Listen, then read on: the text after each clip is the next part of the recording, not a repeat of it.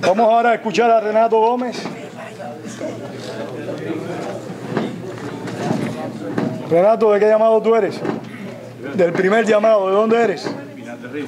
De Pinar del Río. Parece que Matanza y Pinar del Río fueron puntos de verdad reales de atracción.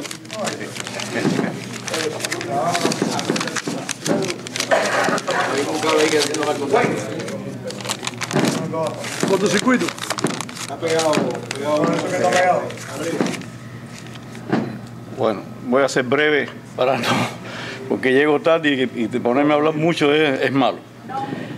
Renato Gómez, yo soy de Pinar del Río, del primer llamado, 28 de noviembre del año 65, estuve en Mangalanga 5, en la zona de Mangalanga.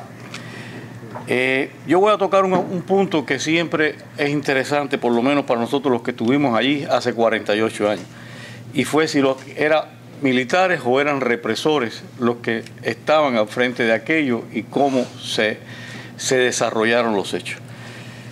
Porque todavía hay la confusión, sobre todo cuando lo vemos a nivel del internet y de participación, en que se quiere encubrir un hecho tan abominable, porque nosotros ninguno fuimos juzgados, ninguno fuimos condenados, no teníamos delito, simplemente sí teníamos algo en común que ya lo deben haber expresado todos. Por una forma u otra, no éramos adictos, o sea, afines al régimen. Yo en mi caso había sido expulsado de la universidad, o depurado, que fue el movimiento que se inició a principios del año 65, y el día 4 de julio fui depurado junto con dos amigos míos o compañeros de estudio, una muchacha y otro que también fue para Lomá, un pastor evangelista. Habría que ver qué militares o cómo hicieron aquello. Aquello fue realizado citando por el comité militar que envió una cita a un grupo. A otros fueron secuestrados en la calle. Fueron tomados por jipis, por carros que estaban en movimiento, los cogían, los montaban y los llevaban y nos unían con nosotros. Yo fui a una cita del comité militar.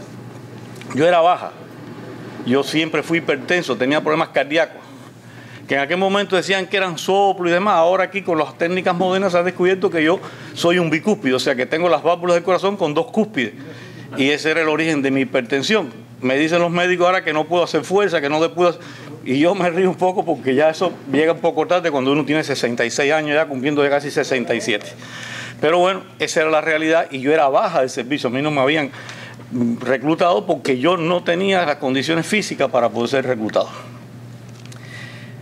El personal que hizo la primera recogida y nos llevan hasta un estadio, que siempre era un estadio donde nos llevaban a concentrarnos, eran oficiales del comité militar, o sea, normales.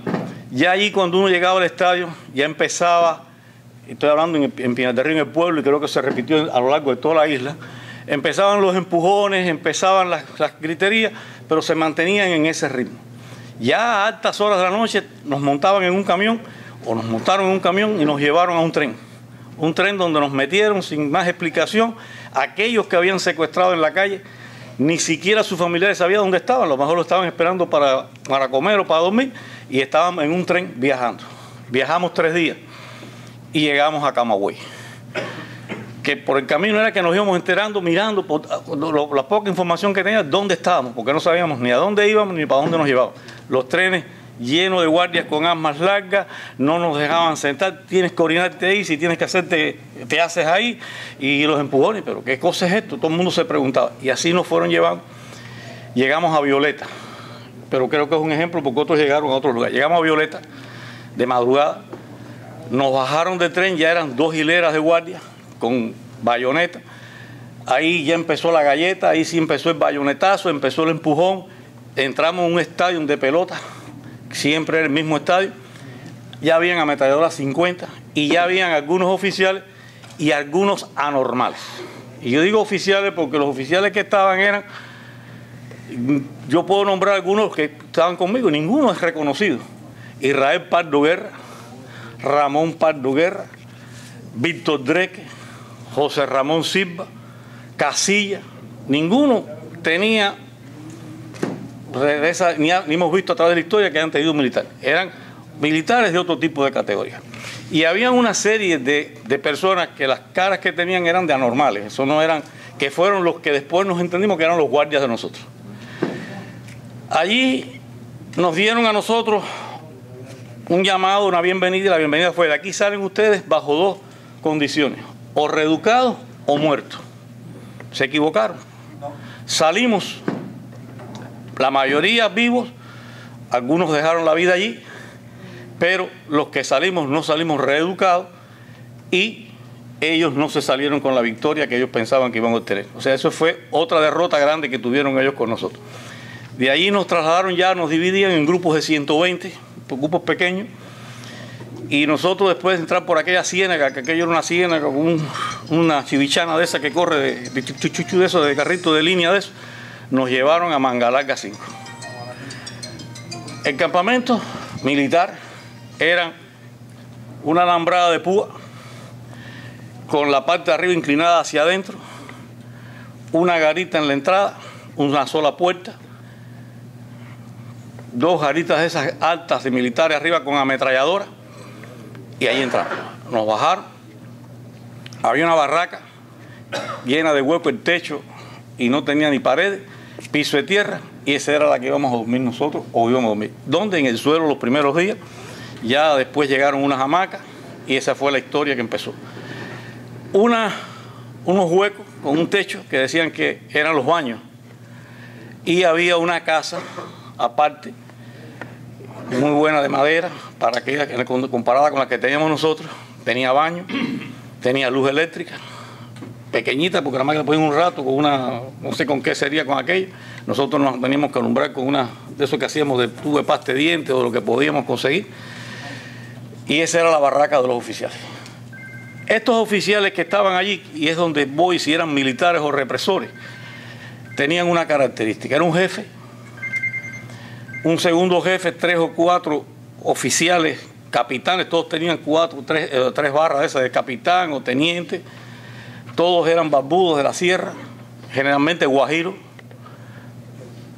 personas de una conversación que eso denotaba, y el sadismo era el que ellos tenían por dentro. Yo recuerdo a Israel Pardo Guerra, que era uno de los jefes, que llegaban y pusieron un carro, se ponían a tomar cerveza. Entonces ahí dentro, si éramos militares los que nos estaban, nosotros teníamos un servicio militar o estábamos en algo que no era aquello. Y ellos empezaban a calcular las cosas que iban a hacer, y cuando nosotros los veíamos decíamos: esto se está poniendo malo, ahora vienen para nosotros. Y efectivamente, venían con unas mangueras de goma que tenían azules así, yo siempre hago, porque eso nos dejó impresionado, y llegaban y empezaban. Tengo que decir que con los primeros que la cogían era con los testigos de Jehová. Esos eran los que recibían las primeras tandas de golpe, eran los testigos de Jehová, eran los del bando de Evangelio de Gedeón, esos que están vestidos de blanco, los pentecostales, los bautistas, los evangelistas, y nosotros decíamos, cuando llegaba, decía: Dios mío, que no llegue el sábado. Porque cuando llegaba el sábado, entonces era cuando de verdad se ponía aquello que era un infierno. Nadie quería que llegara el sábado, porque el sábado ellos no trabajaban, ellos se plantaban que no salían a trabajar, y entonces empezaba aquello y no tenía que tener el día entero. ¿Militares o represores? Yo recuerdo un capitán que le llamaban Magaña, o sea, apellidaba Magaña, primer capitán, hablaba de sus méritos en la sierra, ladraba. Y aquel Magaña, y yo digo que hay por las calles de Pinar del Río hay un muchacho que se llama Luis Hernández, y nosotros le decíamos vocecita porque tenía una vocecita así, que tiene la medalla de Magaña. Magaña un día entró a la barraca a las 12 del día, nosotros estábamos allí, agarró un palo, porque estaba prohibido que pusiéramos un palito en la hamaca, porque si no se cerraba por la noche y no podíamos, tenemos que poner un palito. Cogió un palito de aquello y le zumbó un palo por la cabeza que le rajó la cabeza. Estuvo rajado de la cabeza más de una semana sin ir al médico, y un negrito que era el sanitario, porque allí los sanitarios eran de nosotros, lo cosió con hilos de la hamaca. Vocecita Luis Hernández debe estar en Pinar del Río si no ha muerto, y eso es una muerte. La pregunta, y yo siempre me la he hecho y lo creo mucho: ¿eran militares o represivos? Nosotros no, yo personalmente, y ustedes saben que no eran militares y entrenados para el castigo con nosotros. Eso es lo que yo quería.